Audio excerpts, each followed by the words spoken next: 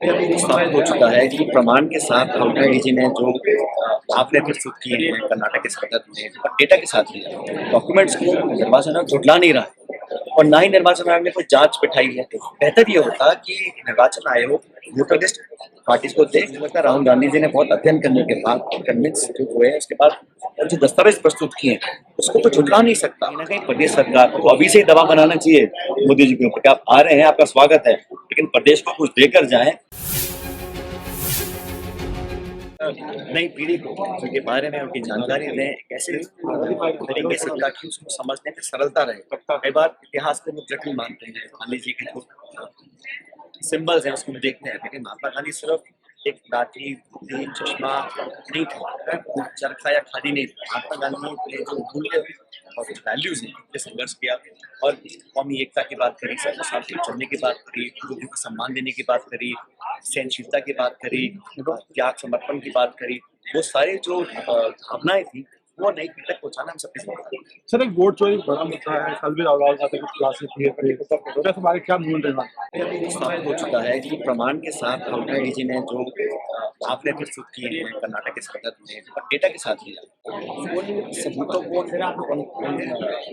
Documents को निर्वाचन आयोग झुठला नहीं रहा है और ना ही निर्वाचन आयोग ने कोई जांच बिठाई है। तो बेहतर ये होता कि निर्वाचन आयोग वोटर लिस्ट पार्टी को दे और जो हम लोगों ने आंकड़े दिए हैं उस पर जांच बिठाए, अध्ययन करे, सही गलत क्या है, गलती किसकी है, बिना जांच करे सिर्फ कांग्रेस को और विपक्ष के नेताओं को उनकी आवाज दबाना चाहते हैं। और मुझे लगता है राहुल गांधी जी ने बहुत अध्ययन करने के बाद कन्विंस जो हुए उसके बाद और जो दस्तावेज प्रस्तुत किए हैं उसको तो झुठला नहीं सकता।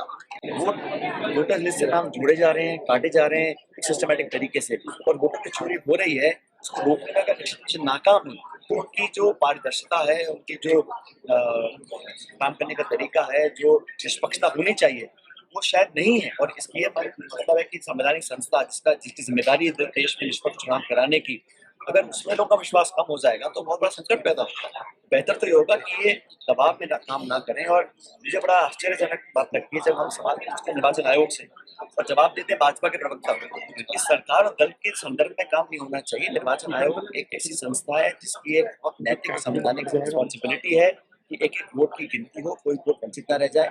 अब लाखों के वोट से आप नाम काट दें, मनमानी तरीके से आप जोड़ दें, एक मकान में 200 आइडिया से लोग रह रहे हैं, तो जिंदा हम लोग मरा दिखा दें और जो लोग नहीं है उनके नाम ऐड करें। इस प्रकार के जो वोट चोरी है इसको जनता बर्दाश्त नहीं करेगी। कांग्रेस पार्टी ने पूरे देश पर ध्यान चलाया हुआ है। मैं प्रभारी वहाँ पे हमने 3-4-5 दिन घूमकर बहुत लोगों में एक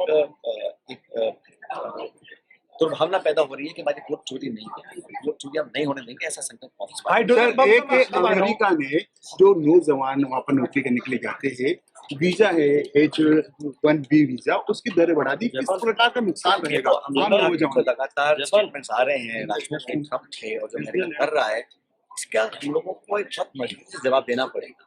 अभी टैरिफ लगा रहे हैं क्योंकि H-1 वीजा लगभग समाप्त हो जाएगा, इस प्रकार चलता रहा और सऊदी अरेबिया और पाकिस्तान समझौता कर रहे हैं। तो कूटनीति में हमारी जो प्रखरता होनी चाहिए उसमें शायद हम कमजोर पड़ रहे हैं और जो हमारे आसपास के मुल्क हैं वहाँ से समर्थन कम मिल रहा है।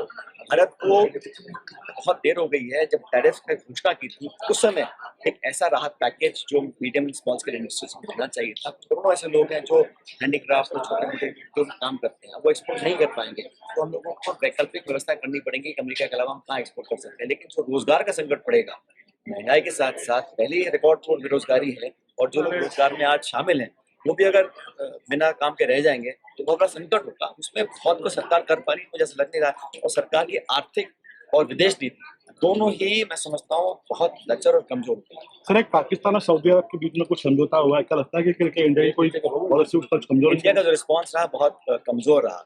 सिर्फ ये कहा कि हमारी भावनाओं का ध्यान रखिए, लेकिन जो बिहाइंड द सीन्स डिप्लोमेसी होती है, जो हमारा इतना बड़ा मुल्क है और सबसे बड़ा लोकतंत्र है, इतना तो हम कर ही सकते हैं कि इस प्रकार की जो नकारात्मक घटनाक्रम चलते हैं हमारे कूटनीति को देखते हुए इसको रोकने का काम सरकार को पहले करना चाहिए था। और ऐसा ना हो कि हम लोग धीरे धीरे आइसोलेट हो जाए। ये मुझे लग रहा है कि फॉरेन पॉलिसी में लोगों को बहुत सोचना करना पड़ेगा। अभी तक जो हमने किया वो नाकाफी है। मोदी जी बांसवाड़ा आ रहे हैं, उनके दौरे किस तरह से देखते हैं?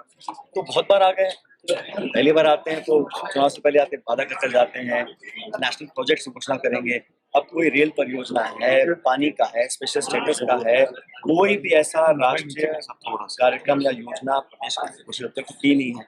और जब अजमेर खुद भी आए थे तब उन्होंने पीआरसीपी के बारे में बहुत बड़ी बात बोली थी, वो भी अब कच्ची रह गई है। वो यहाँ पे आते हैं, सिर्फ भाषण देके चले जाते हैं, लेकिन जो राजस्थान में चुनकर सांसद भेजे हैं, जो सरकार डबल इंजन की है, तो कहीं ना कहीं प्रदेश सरकार को अभी से ही दबाव बनाना चाहिए मोदी जी के ऊपर कि आप आ रहे हैं, आपका स्वागत है, लेकिन प्रदेश को कुछ देकर जाएं। अभी 4 साल हैं लोकसभा चुनाव में, तो राजस्थान का जो हिस्सा है, ना तो बजट में हमको मिलता है, ना वित्त मंत्री के भाषण में बजट स्पीच होती है, राजस्थान का नाम कहीं आता है, तो विशेष पैकेज को, परियोजना, कोई संसाधन को, एलोकेशन को, बजट की कुछ तो यहाँ पे करना चाहिए। सिर्फ भाषण देके सीधा करके चले जाएंगे, सभी को ना काफी। कल रात को टोंक में बहुत जल्दी टोंक में राहुल जी ने खुद ही कहा है कि वो तथ्य प्रमाण इकट्ठा कर रहे हैं, क्योंकि देखो कोऑपरेशन नहीं मिल रहा है। इलेक्शन कमीशन अपना तो वोटर लिस्ट दे रहा है, और सबसे बड़ी खतरे की बात ये लगती है मेरे को कि निर्वाचन आयोग ने स्वतः निर्णय कर लिया कि जो पोलिंग बूथ में सीसीटीवी कैमरा है उसकी फुटेज 45 दिन में नष्ट कर देंगे। कल को अगर मुझे चुनौती देनी है कोर्ट सबूत मांगेगा, और निर्वाचन आयोग अगर सबूत को नष्ट कर देगा तो उनकी मंशा पे बहुत बड़ा सवाल उठता है।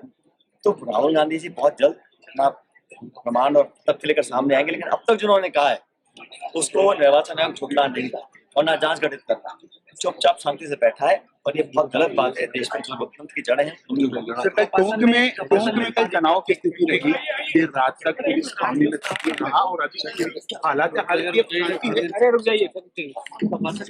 आप सभी से रिक्वेस्ट है कि रिफ्रेशमेंट के लिए आप ऊपर वाले फ्लोर में चले जाएं। ये जो बर्बरता की गई है, हिंसक दंडित किया है, अपनी मांग करने के लिए नौजवान पानी इस प्रकार से उसकी बात न सुना, एक बात लेकिन उस पर आक्रमण कर रहे हैं, ना जब किया है, मतलब ये तो सरकार की असंवेदनशीलता की प्रकाशना है और उनको फर्क नहीं पड़ता। विरोध करोगे तो ऐसे ही हम आपको लठ मारेंगे, पिटाई करेंगे। ये नीति सरकार ने अपना रखा है। अब लगभग 2 साल होने को आए हैं, सरकार ने 2 साल कोई ऐसा काम नहीं किया जिसके बारे में केंद्र ने वादे किए, चाहे रोजगार के बारे में, चाहे किसान के बारे में, चाहे बाढ़ की अंतर, बस प्रधानमंत्री ऑर्डर दे दिए हैं, कोई राहत पैकेज राशि को नहीं मिल पाई है, ना केंद्र सरकार ने दी ना राज्य सरकार ने। अब ये बार बार अगर कोई विरोध भी करता है, इस प्रकार निर्मम तरीके से इसके ऊपर आक्रमण किया गया, इसकी भर्त्सना करता हूँ, और जिसने किया है उसको सजा मिलनी चाहिए।